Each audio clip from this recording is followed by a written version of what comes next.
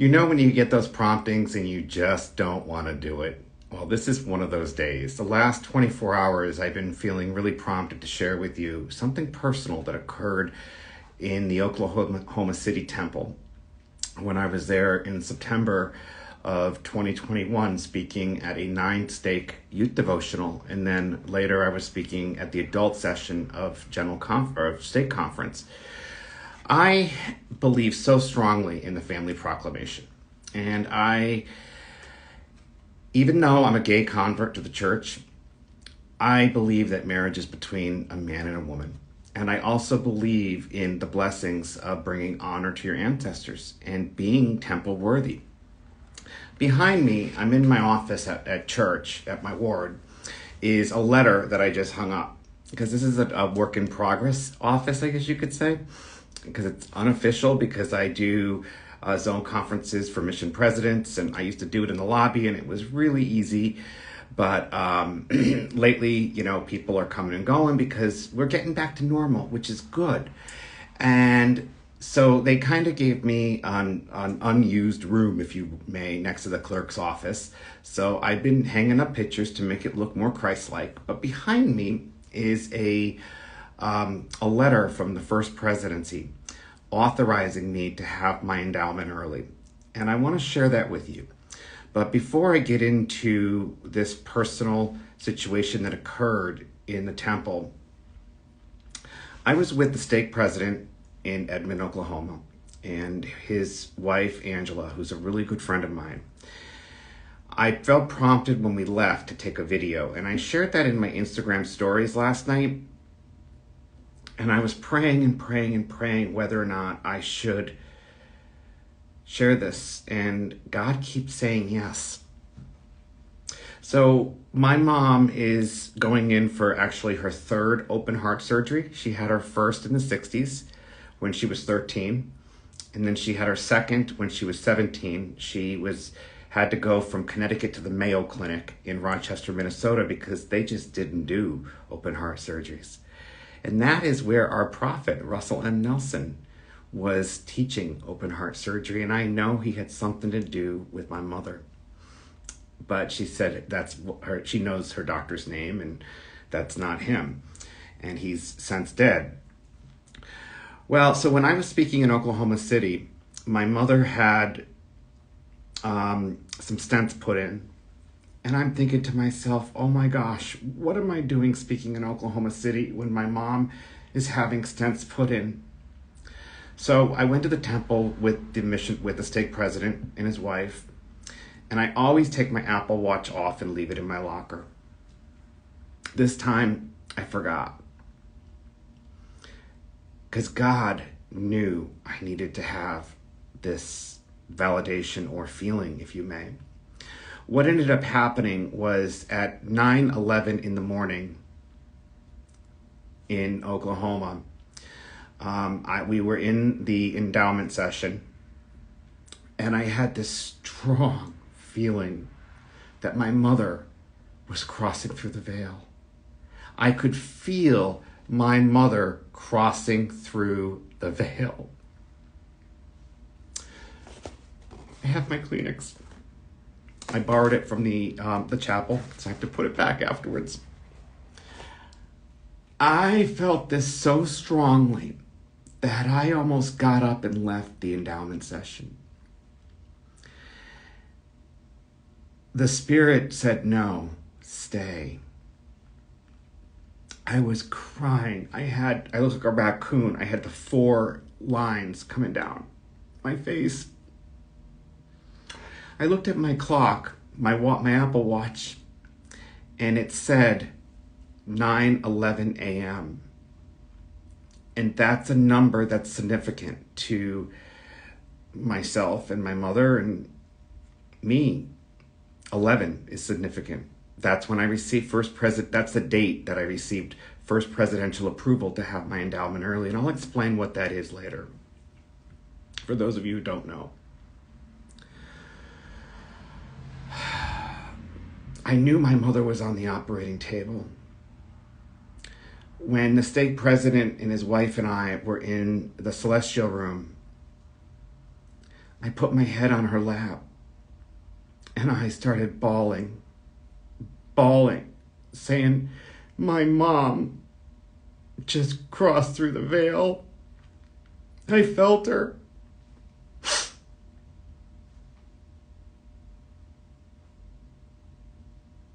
So I'm going to share with you a video of the stake president and I as we were.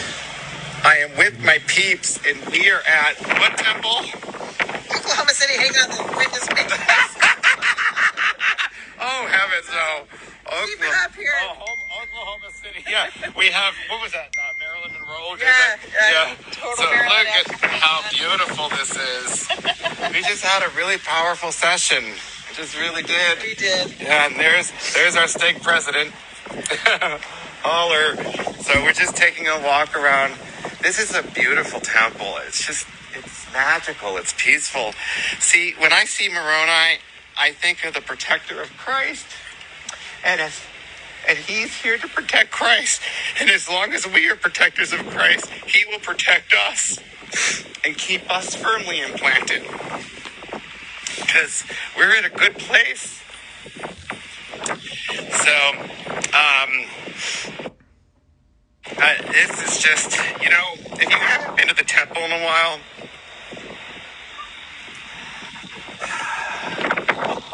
take this in. Take this in. Look at this. I don't know. I mean, I have people all over the world following. I know some of you have to fly 12 hours to go to a temple, but do what you can. See what you can. For my peeps in Utah, make a reservation. Go. 'Cause let me tell you, see these eyes? They don't look good right now. Neither do my friends. No. Okay? And my hair. But it's definitely worth it because there's so much to be learned and so much revelation that you can receive inside these. And the only way you're going to get that is to be temple worthy. Because if you're not temple worthy, you wouldn't get these tears. You wouldn't get this joy. And I'm just going to let it go for now. I love you guys. Remember, so does it him.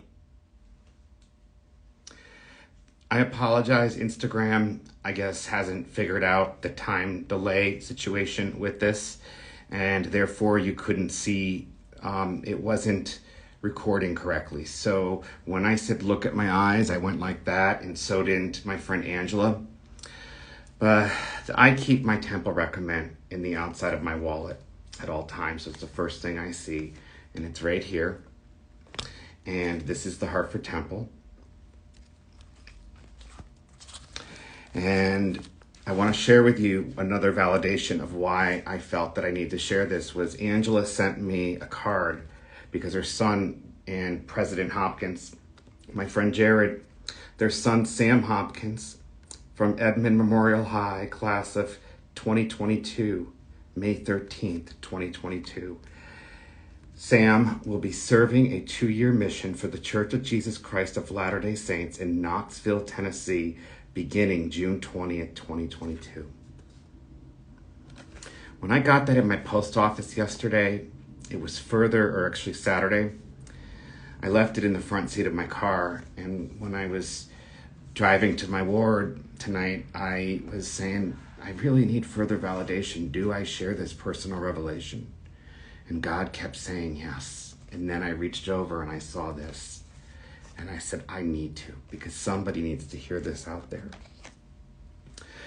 So later that night, my mom, I didn't hear from my dad or my mom all day.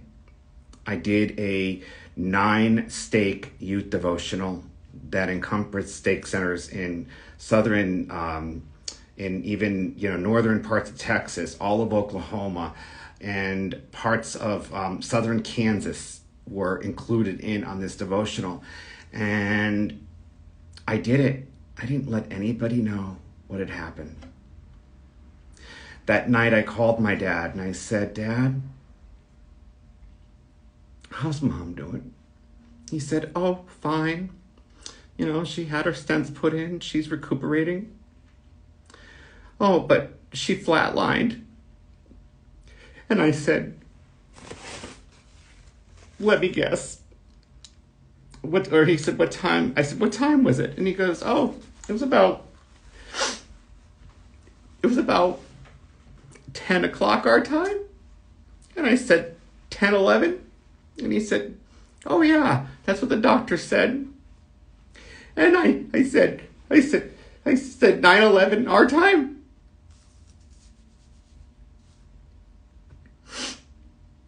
That is the power of the temple. That is the power of the restored gospel of Jesus Christ. That is the power of the photo we have in the lobby of Christ laying his hands and bestowing the priesthood on people. Boy.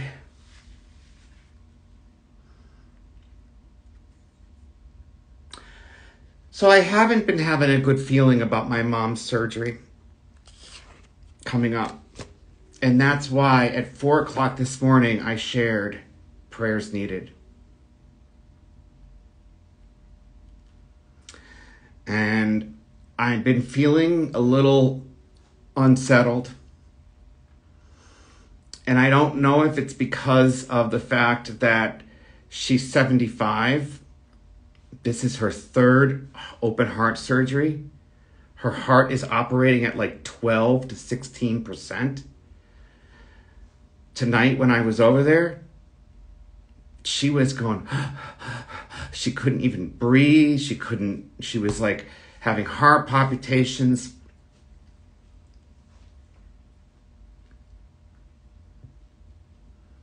But I know that God has a plan, and through the plan of salvation and another testament of Jesus Christ, right here, it's in his hands. It's in God's hands. And I know that no matter what happens to my mother on Wednesday, I am still flying to Huntington Beach to do the largest youth devotional with Elder Gong, Sister Mick Romney's wife, Ann Romney, Al Caraway. And I will do it because I know that we will be sealed together for eternity. And I think this is really a tender mercy because today is the day of celebrating my brother's death when he passed away in 2004 from a drug overdose. So I knew I needed to share this with you. I'm also sweatier than crazy right now. I opened the little window here up top, but it feels so muggy, so I'm using a good skin filter, which I never believe in using filters, but my skin was just like, you could just see the oil running down it. And I went to my friend Steve Barker, who called me to be his first counselor in the Elders Quorum presidency. And I said, I need a haircut. I just need you to cut my sides and my back. And so he did. And he trimmed it because he's been doing his own hair since his mission. And he was so nervous because his wife said, oh my gosh, he's afraid of you making fun of him. Like when you're speaking in Huntington Beach, like, yeah, you see how I got a messed up haircut? My friend Steve Barker did this and he didn't know what he was doing, but I think he did a pretty good job. I gotta say, he rocks. He can buzz my sides anytime. So let me tell you about what is first presidential approval to have your temple blessings or endowment, which is another word for blessings, early, and why that letter from the first presidency means so much to me. I'm going to read it to you from my iPad here because I can't, I don't want to turn around and have my back to you. It says, from the Church of Jesus Christ of Latter-day Saints, official office of the First Presidency, 47 East South Temple Street, Salt Lake, Utah. July 23rd, 2018. Dear President Elwell, I have been asked to advise you that in response to the recent inquiry for the first presidency has authorized an exception to the policy for Dennis Schleicher, who was baptized and confirmed, to receive his endowment on August 11, 2018. This waiver of the 1-year waiting rule assumes that Brother Schleicher is sufficiently ordained to the teachings, doctrines, and practices of the church to justify the exception required, and that he is worthy in every other respect to enter the house of the Lord. Brother Schleicher should present this letter at the temple when the work is to be performed. Sincerely, Brooke P. Hales, Secretary to the First Presidency of the Church of Jesus Christ of Latter-day Saints. That is a constant reminder to me that not only our First Presidency knows us by name, but God knows us by name. He knows all of us by name.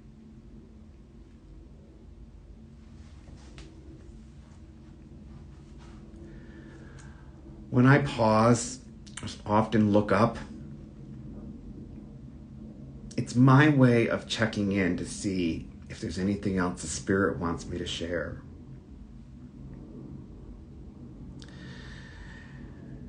And I feel prompted to say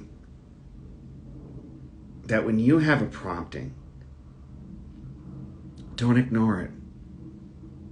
I know I feel like I preach that like a broken record, but that is what I feel prompted to say. Because Steve Barker, who cut my hair tonight, I can show you a picture because I can share my screen. It's right here. That's a selfie we took. He felt so strongly to call me to be, when he was called to be the eldest quorum president, he felt so strongly to call me as his first counselor in the eldest quorum presidency.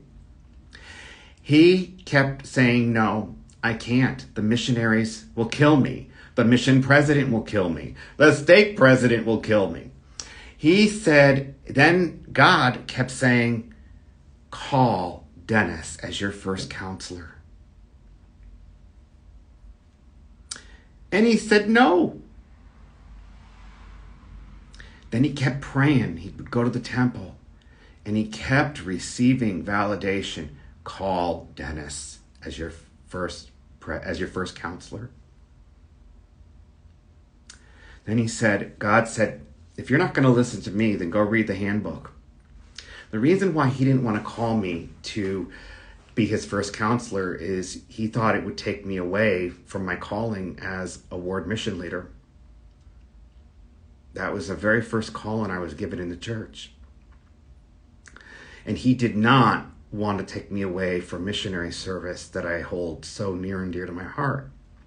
When he read the new handbook, he realized he can call himself or one of his counselors to be over missionary service, himself or one of his counselors to be over family history. And he said, God, that's it. Dennis will be my first counselor over missionaries, and he will still be a ward missionary. I ended up, through prayerful consideration and fasting, I asked to have called an assistant ward mission leader and a bunch of ward missionaries that I had strong promptings that they should be called for that. And it taught all of us a lesson, because when I was called to be the first counselor in the Eldest Quorum presidency, I was staying with the Stake Relief Society president in West Jordan, and they FaceTimed me on my iPhone. And when I said yes, and we ended the call, I looked at her and I said, what's the first counselor in the Eldest Quorum presidency? I didn't know. And she said, my advice to you is you become best friends with the Relief Society. You become their ally. You work, Sarah, you work together with them. And I said, wow, that's pretty good advice. So I want to say in closing that I know that our prophet, Russell M. Nelson, is truly called of God. And as Sister Nelson said last night in the youth devotional, she can testify in any court, in any part of the world or states that he is truly called of God to hold the keys for the Church of Jesus Christ of Latter-day Saints as a prophet, seer, and revelator. And I know that the family proclamation in marriage is between a man and a woman. And I love what it says here. All human beings, male and female, are created in the image of God. Each is a beloved spirit son or daughter of heavenly parents. And as such, each has a divine nature and destiny. Gender is an essential characteristic of individuals' premortal and eternal identity and purpose. And this is something that I can testify that the church is true, and that our prophet in First Presidency, Elder Oaks and Elder Iron, and the Quorum of the 12 are all called of God. And I say that humbly as my testimony in the name of Jesus Christ. Amen. I love you.